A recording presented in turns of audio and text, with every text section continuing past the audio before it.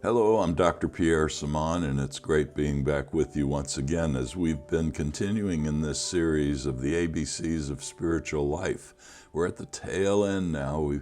We spoke a little bit about the letter X last time, and we're going to talk a little more about it today. But I'd like you to know that at New Horizons Institute of Counseling, we're for healing, peace, and harmony. Let us know if we can help you in any way, and let us know if you have a subject that you'd like to hear about. We're happy to take on new subjects and discuss them. Well, today we're continuing with that letter X, but we're going to talk about a princely story today. Just as a quick review, last time we spoke about the letter X being a symbol of Chi, or that X in the Greek word stands for Christos, the anointed one. And in the Phoenician, the X represents a fish. And so we learned, okay, so that's why they use fish to represent Christians, and why they used to use an X to represent Christians as well back then. So they would draw it on the ground or in the dirt or somewhere, indicate it somehow, so they wouldn't get arrested to tell one another who they were. The Danish theologian Soren Kierkegaard tells a story that's very interesting, and it's a story of a certain kingdom where a handsome prince lived.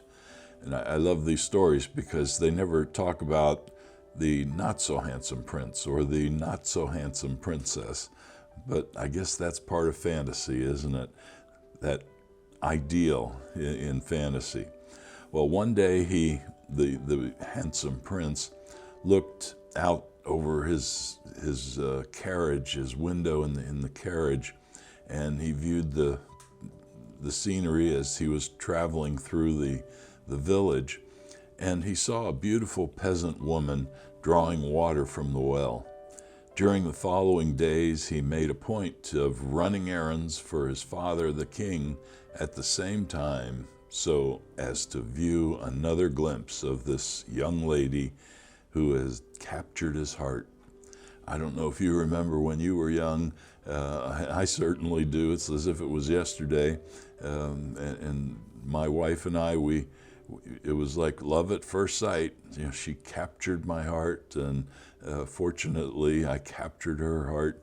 And those are wonderful times to remember. And yet, that's how life is many times. It's got to be right for each other, and it was right for this prince. He just knew this was the one for him. He thought, being the prince, he could command her to marry him. Yet he felt compelled to marry someone who loved him and wasn't being coerced to love him. He thought he could find out where she lived and show up at her door in full uniform with insignias of royalty. Again, he paused. It's wise for him. He thought, well, wait a minute, how would he know she really loved him over the wealth and the social position she would attain if she married him? There'd always be that doubt. One day the prince changed into typical village clothing, and he had a plan, and he started that plan. He had a goal, and he began the immediate and intermediate steps towards that goal. Leaving the palace each day, the prince secretly walked into the village, spending time getting to know the villagers.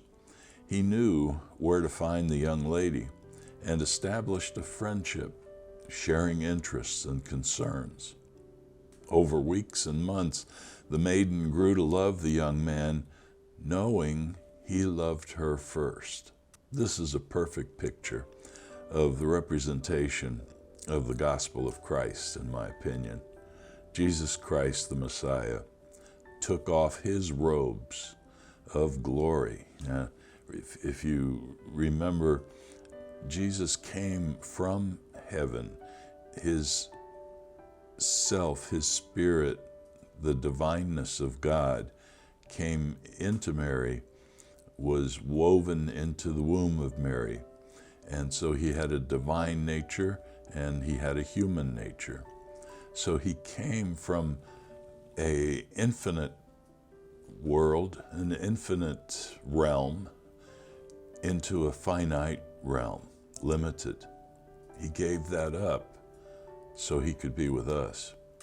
He took his robes of glory and came to earth as a human being. He became known to the family and friends as Jesus of Nazareth, the carpenter. He lived among the locals to woo us to God, similar way as the prince got to know the people got to know him, got to know the young lady who represents the church. You and I, we are the church. We are the Christians making up the church. It's not the building, it's not the denomination, it's us. It's our hearts, it's our minds, our spirit, soul is who we are. Our character makes up who we are. We are the church. And he wooed the people and this young lady representing the church into fondness, into recognizing who he was genuinely, not because of what he represented as the prince or what he could give them as the prince, but who he was as a person. You ever meet someone for the first time and you just kind of know you like them? It's, yeah, you know, they seem to have a good heart and you feel safe with them. Well, that's what Jesus wanted the people to recognize in him. He wanted us, you and I, to recognize in him. From holiness, he came to make us holy, unashamed in calling us brothers and sisters. Unashamed because where did he come from? He came from that infinity. He came from that part of God. How much better can that be? I mean, looking at it from our standpoint, wow. Coming down to us, you'd think he'd be prideful. You'd think he would be ashamed to be associated with us. And yet he wasn't. He was unashamed. God has been speaking to us throughout all human history. In the past, he worked through his inspired spokespersons in different ways to send his message of truth, love, and hope. But in these more recent times, God's very thoughts have been made audible and visible to us through Jesus Christ, through the person of his Son, who is the rightful heir of all things and through whom the entire universe was created. Jesus Christ is the radiant glory of God's methods and principles lived out in human flesh. He's the exact manifestation of God's character, the complete revelation of his being, sustaining all things by his powerful word. After he provided the remedy necessary to heal mankind from the infection of sin and selfishness, and I'll pause there a minute. Keep in mind that sin and selfishness go hand in hand. And that is, when we become self-protective, we're going to be selfish, because self-protection is thinking of self first at the expense of all else. So those two things go hand in hand. Sin, therefore, is the things we do. It might be pleasurable or it might be wrong, but we do them for self. And down deep, we know the difference of right and wrong, and yet we still do wrong because we're thinking in a fleshly way, as the Bible would say. We're thinking of self and our needs above whatever else.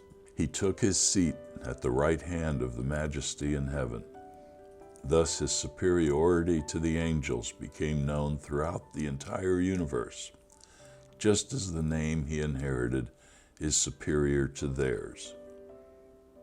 That's a paraphrase from Hebrews chapter 1, verses 1 through 4. Keep that in mind. Jesus Christ came down from royalty to be just like you and me, wearing the same kind of clothes, different back then than now, but wearing the same clothes, doing the same things, taking on a trade, demonstrating, wooing us to getting to know him, to draw closer to him, to realize he's safe. I can talk to him. I can listen. He's trustworthy. He doesn't lie. He speaks truth. He has answers, and so on. Okay, let's invite him over for dinner. We got to know him, and he got to know us.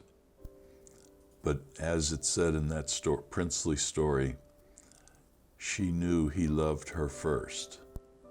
We know Jesus loved us first, and the sacrifice he made for us in coming from heaven, giving up the royalty, the infinity, to become mortal, to become just like us.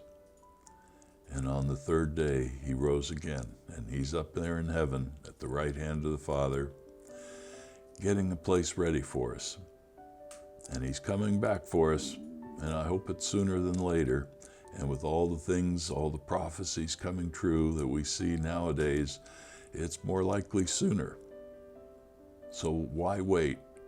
Make that commitment. Release that stress that's inside of you, that fear. Move up out of the basement of your mind where your fear and emotion center is located. Go into the upper room where good thinking, right thinking, where your conscience is piqued because the Holy Spirit speaks to us through that conscience.